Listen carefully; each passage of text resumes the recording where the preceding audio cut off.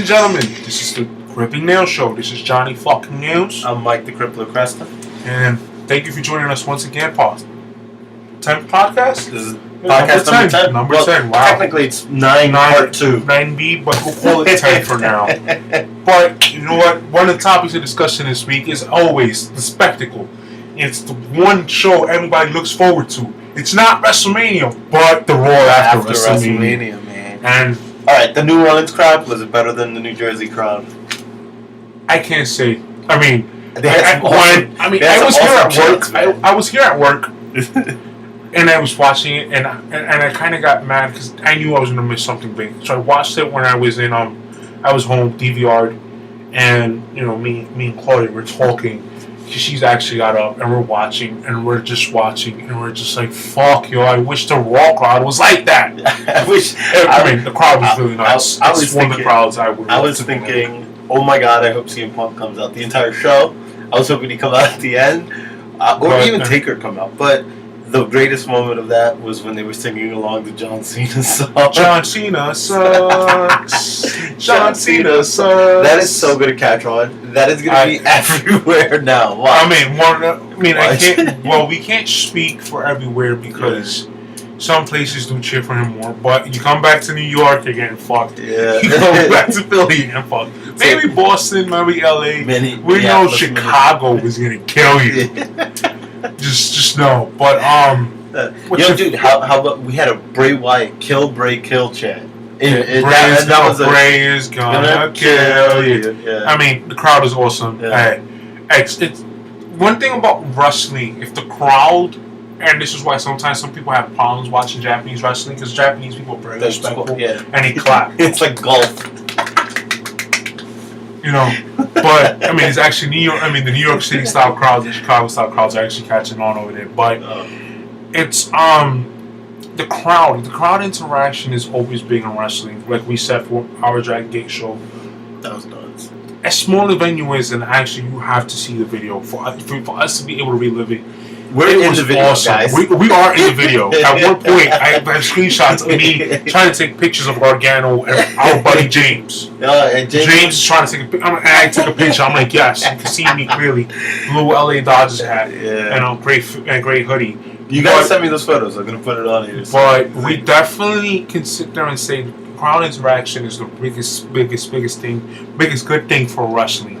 Now, Raw crowd was really good. It was great. But the crowds aren't going to keep it up. It's always, again, the spectacle. Whatever the show everybody looks forward to, Raw after WrestleMania. Yeah, it's always filled with, like, who's coming up, big returns. Hold on. What's your favorite moment about that Raw? That Raw. Ooh, man, there was a lot. There was a lot I liked about that. So my favorite moment, probably the way it ended. I really liked the fact that they had Evolution and the Shield, two very dominant factions, like feuding. And then Iverson standing and it's such a Evolution's monsters. Batista, Orton, Triple H, 6'5". But now you have the future. Now, see, this is where it comes. That was beautiful. But this is what I can see: the future. Mm-hmm. Remember, Evolution, the past, the present, the Braun. Yeah. The Braun, which was Batista, the past was Ric Flair, the present Triple H, the future Randy Orton. And now I can still see Batista playing the part of the Braun. Mm-hmm. I can see Triple H as the past. Yeah. The present being Randy Orton. Yeah. Now who's the future? Roman Reigns, man. Roman Reigns. So now wait. But I do see a setup. Do you see Ambrose? I do see a setup of where if they are going to feud Reigns and Triple H, they're not going to blow it that quick. Mm-hmm. I see Rollins going in. I seen Ambrose. I see going back to the split. Yeah, I think Ambrose. I see if they go that route. Ambrose but then again, we don't work for creative, so we can't really entice you guys with our lovely ideas. I'm hoping that they go for a 6-man tag at Extreme Rules. I can see it happening great. But we would need a Daniel Bryan match, so that's where all tricks out. I guess a couple of weeks from now, next week maybe, or a couple of weeks from now, build the story. We'll be able to see exactly where they're going. Hey, what about a champion versus champion match? Big E Langston versus of Daniel Bryan. The IC belt isn't here anymore. But it would give. It would be a great match, but the only way it gives it is if we see Daniel Bryan on it, and we don't want Daniel Bryan with 3 of the company's belts. No. I'm not saying belts are on the line. Nah, belts have to be on the line. Belts. Listen, if you have a champion versus champion match, belts have to be on the line. I don't give a shit what nobody says. Mm-hmm. But remember what I told you too. Daniel Bryan technically could defend just one of those belts. That'd be awesome. I would see that. I would rather he them could split say, it back up. Yeah, he could say, I'm going to defend the World Heavyweight title against you and stay WWE champion. And then it's I would love for the belts Big E split up holds because it gives the company more of main event options. Yeah. That's my biggest thing with Mania. And what made it harder for them was the fact that you have both belts being defended by one person. Mm-hmm. And if you keep one of the belts on Cena and have Bray and him feud for it, yeah, well, you keep so isn't that what the Bray Wyatt pinned Big E Langston clean in the middle of the ring? Old school rules say he is #1 contender for the Intercontinental title. But we'll see if they play that. But this is the reality era. This doesn't happen anymore. What I used to have them before doesn't work anymore. But what you think was the biggest surprise of the night? Man, it's gonna go Paige. Paige? I like I said, the Paige was a very nice surprise. I didn't expect the match. I thought they were gonna build a feud. Just throw the title on her. She's NXT Women's title and Divas Champion at the same time. She's a dual champion. First time there's a female's dual champion. That's I mean, like I told you, I mean, they are going to build a storyline now. You know, you got the rematch Extreme Rules maybe the next couple months. Paige will be a full time. Hopefully, they let them wrestle. That's my only thing. I actually like the way the match ended was pretty bad. I actually like the new Paul Heyman guy. Cesaro. I saw it coming. I saw it coming. But what I'm looking forward to isn't Cesaro being the Paul Heyman guy. It's Zeb Coulter versus Paul Heyman on the mic.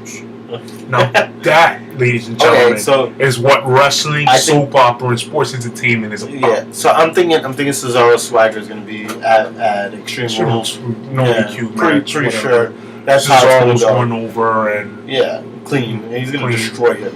Now, I mean, Zeb is awesome. The only reason why I said I saw it coming was because for this. Okay, Paul Heyman had joked around, is there going to be a new Paul Heyman guy? He said, yeah, it's going to be somebody you know, and when you see it, you're going to be amazed. And I was thinking to myself, man, who on this roster could do it? I was thinking possibly Miz, because they've been joking with the whole Miz thing, but then I'm like, Miz is obsolete. He sucks. No, well, he does. You know, then I'm thinking, you know what, could be Big E. And then I was like, no. He already has a powerhouse in Brock. I mean, he's got another powerhouse. Yeah, well, Cesaro's a little more athletic. I mean, you can always sit there and say if I'd have been another guy from NXT. The only person I thought was Sami Zayn. I thought Sami Zayn. I would have said more Corey Graves. Sami Zayn is actually going to get the next push from NXT. Oh, speaking of pushes towards the main roster, Adam Rose, which I'm a little upset that they changed his gimmick and he's coming up with this new Rockstar gimmick. I'm sorry. Yeah. I was again. We was watching again at home, and I'm like, the whole time as the promos are coming in, I'm like, yeah. Bo Dallas had some pretty funny. I like Bo Dallas. Bo Dallas. He grew on you because last year you fucking hated him at Rumble. Rumble. His gimmick wasn't then. He was just so undeveloped. He was actually more of a babyface. But his gimmick of him being like, I call it the John Cena gimmick. Where it's like he thinks he's a face. He thinks he's over, but you're not. Yeah. But you still see the NXT shows and you still hear him in the background. Bo Dallas. Bo Dallas. Dude, that grew on me. That actually grew on me. I like his heel work. He's much better than his face. Yeah. The best. Actually, you know what? I changed my surprise from Paige. I changed it. I take it back. Barrett getting the only pop from the crowd. That was amazing. Well, I have some bad news for you. First off, it was like his first match in like 2 years.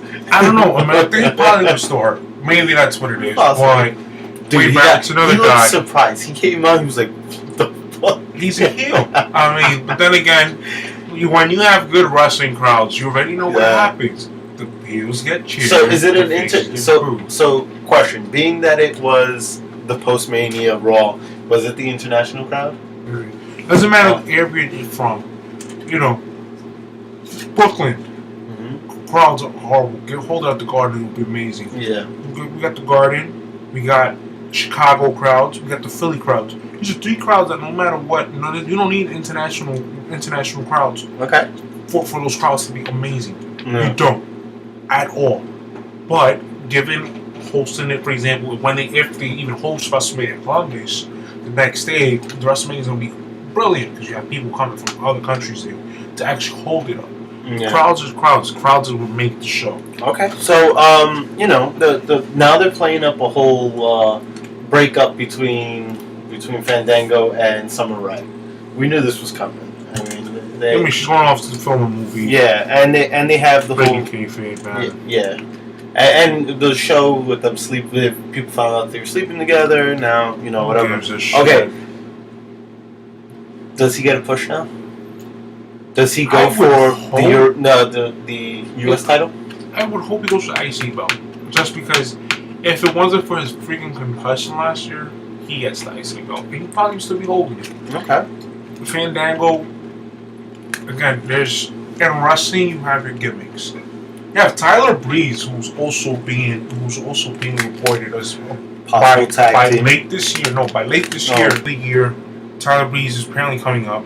You know what? The one thing in wrestling is, you know what? Adam Rose, I have to give him props. He's working the shit out of his gimmick. It might grow on me. I actually think it's gonna be big. It might grow on me. I'm not a fan of it. Mm-hmm. I think personally, as you said, Doug Hunter, him coming up to feud with Randy Orton, who's the Viper, with Batista, who's the Animal, Bryan, the GOAT, Brock Lesnar, the Beast.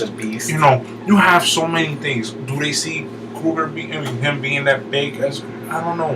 Mm-hmm. Again, we don't work for creative, but and they could always repackage him. This Adam Rose is a face character. His heel character could be Leo Carter. If you see his work on NXT, he has more of that vicious side, which I would love to see Ziggler. He doesn't allow Ziggler to have. I would love for him to see Fandango have. Fandango again, he has. It's I would say an Attitude Era gimmick. In the Attitude Era, he would have been like Disco Inferno, just bigger and more athletic. Because Disco Inferno was garbage. But he was so good. The gimmick was amazing. The gimmick was amazing. He worked the shit out the gimmick. He worked the shit out the gimmick. But he wasn't amazing. And that's what it goes about wrestling, though. The more you work and you believe in the gimmick, the better you off. Yeah. I can sit there and say. By the way, I found out something. Do you know that this guy, the Brooklyn Brawler, was also Kamala's guy? Kimchi. He was Kimchi. I didn't know that. Brooklyn Brawler was Kimchi. He was also Doink for a short period of time. Yeah, before for that one time period, Matt Bourne, I think, who passed away last year. I think he was hurt or something like that, and he did it. Or it was also the one Doink thing at WrestleMania 9, I think it was. Both Doinks came out. Oh yeah. One of them we were playing each other. Yeah. But again, I like the direction they're going. I like the whole. They kind of do like an NXT invasion. I would love it. Dude, I told you I watched the Invasions. That was a string. I watched 4 straight pay-per-views. Those are 4 straight awesome pay-per-views. They could have done it better. They could have thrown more money at Sting. They could have thrown more money at Hogan. I personally think if it worked out the way they wanted, they were never going to make SmackDown and Raw be 2 separate entities. It would have been WCW still and WWE. Because McMahon had two channels willing to pay to have carry WCW. That would have been nice. It would have been awesome. It would have still given us that extra. Shane McMahon is actually owning it. Maybe we have Shane around, and maybe every now and then at WrestleMania we'll have a crossover. Same thing like Starrcade or something like that. That would have been awesome. I mean, that would have going back to it when Raw after Mania is what we usually look forward to. This week though, it's pretty tricky, and because you know what, in wrestling things get copied. You're talking about TNA? Under 6 feet. Under 6 feet. Check. Little overweight. Check. Scraggly beard. Scruggly beard. Check. 2 matches in one night. Check. And to you idiots who are sitting here saying Impact was recorded this week, It was no, live. it was live. And it said TNA live in the Emperor. Yes. What the fuck?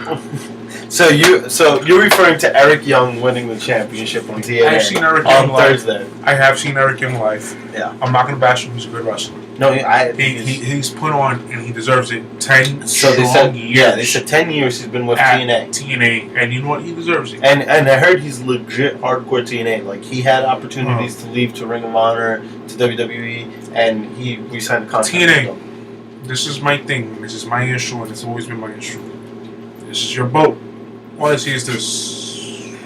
Okay, so you sound a little like Kevin Nash right now. I'm not gonna lie. Was it just a copy? Was it It's just 2 just matches in one night thing? Wrestling gets copied. There's been matches in fucking Japan that the WWE has done. You Yeah. have, for example, Kenta does a GTS in Japan. CM Punk did a GTS. No. Well, I mean, Daniel Bryan's finisher, the knee Plus, Mhm. is also done in Japan as a finisher. I mean, You but have things Gail that are Kim does repetitive. the same finisher Eat the as feet in the I forgot what Xavier Woods calls it. Yeah. It's something about education, I think it is, or some shit like that. My thing is, why the same week the company did it? Why? That's my only issue. My question is, where did it come from? Apparently, it's something they were planning, because obviously they obviously have to plan ahead of time because they record. But my thing is not with again. That's your question. My thing is they could have waited. As much as he deserves it. Sacrifice. Give your pay-per-view something to talk about. That's another Give thing. your pay-per-view something to be like, wow. Mm-hmm. Give me a reason to sit there and want to look into what their pay-per-view is called Sacrifice. Sacrifice. I think that would have been an awesome time for him to win. Well, the match. they just sacrificed a couple of reviews there. Yeah. Sorry, you guys are fucking idiots. But they did what we said. They gave their title to the person who deserves it. Yeah, and no, they gave it to somebody who's recognized in the indie scene. Eric Young's recognized in the indie scene. Yes, but you know what? So going into New York, every now and then, you gotta realize the independent scene is what's coming up about. Age is up in the WWE. AJD came up from the indies. You have Dean Ambrose. You have Daniel Bryan. You have Seth Rollins. All indies. Mm-hmm. John Cena at one point wrestled in the indies. Yeah. Back in the days before he became Superman. So EY as champion, you feel that it's just a week doing it on it's just a week. It's just do that sacrifice again. Give your people view. Now I would have built a story. I felt like it was rushed. I heard Samoa Joe was injured, and that's why they did it. So it's possible that Samoa Joe might have won the title tonight if he wasn't injured. And I mean, it's possible he wins it. But Magnus, let's look at Magnus. Magnus looks like Randy fucking Orton, bro. They're about the same height. They're almost physically gifted in the same just exact one of them ways. has his St. Louis accent. The other one has a British accent. Yeah. I'm not a fan. The same I can honestly. I think he even does the DDT off the second rope. I don't know. I don't follow TNA that much. I mean, it's stuff like this that gives me no hope in watching it. Yeah, the biggest match on TNA Sacrifice will be the Divas title match. I don't even know. That's it. The women, the knockouts, as they call the them. knockouts. But sticking on the side note with TNA, right before we finish up and wrap up here. Mm-hmm. June 24th, 25th, and 25th, 26th, and 27th. Yeah. TNA is having the Manhattan Center at the Grand Ballroom of Manhattan Center 3 consecutive tapings. This is my issue with that. You don't come to New York that often. Make one of the biggest again, Philly, Chicago, and New York. 3 go-to, bring your best A-game shows. Okay. Why in the blue hell would you come to Hammerstein, Grand Ballroom, wherever the fuck you hosted it, and not have a pay-per-view? Even if it's a tape pay-per-view. Okay. Why not? That's true. It's not. I would. Why not? I would. So, and going back to you know, what we were discussing with them being under 6 feet and being strictly beard. Yeah. Everybody knows Kevin Nash had a heart attack. Vanilla midgets. My thing is, and no offense to Kevin Nash, is that your title reign was the shittiest of them all. It was like 6 weeks. The company plummeted. No, it was a long fucking thing. But it was like an old man who can't even, who by Akbar doesn't even help get hard. He might have tore his quad. Possibly. I don't know what's your issue. So let's check this quote out. Ready? And this is how he feels about people under 6 feet. When Benoit and Guerrero hugged, Nash is referring to at the end of WrestleMania 20. That was the end of that was the end of the business. Has business been the same since that WrestleMania? Has it come close to the Austin era? Has it come close to the NWO or Hogan era? You put two fucking guys that were great workers that were the same height as the fucking referees. He does realize that as I stand up, right? Shawn Michaels is only a couple inches taller than me. One to be inch. precise. Yeah, he's 1 inch. 1 fucking inch, bro. He's 1 inch. 1 fucking inch. Yeah. Your boy, as he goes on in that DVD to say, is the greatest heavyweight champion of all time. Those were his exact words. Shawn Michaels is the greatest man to ever hold the title. title. Because he's your best friend?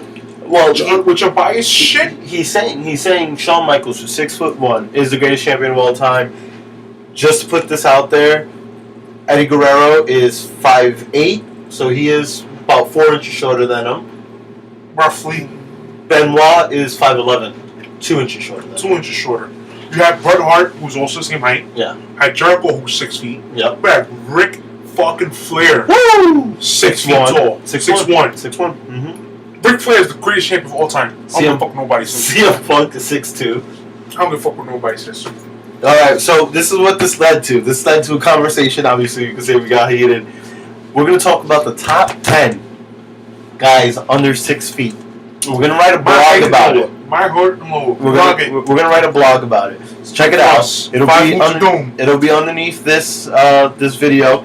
Watch it, share it, get your friends involved. We want to hear feedback. We want to hear who you think the top 10 is. If you guys give us enough people, we'll make a freaking Google Voice number. You guys can leave voicemails and we'll air it on and we'll put it on, yeah. But guys, help us grow. We help you grow. Thank you for sticking with us. 5 Moves of Doom. Have a good day. Thank you very much.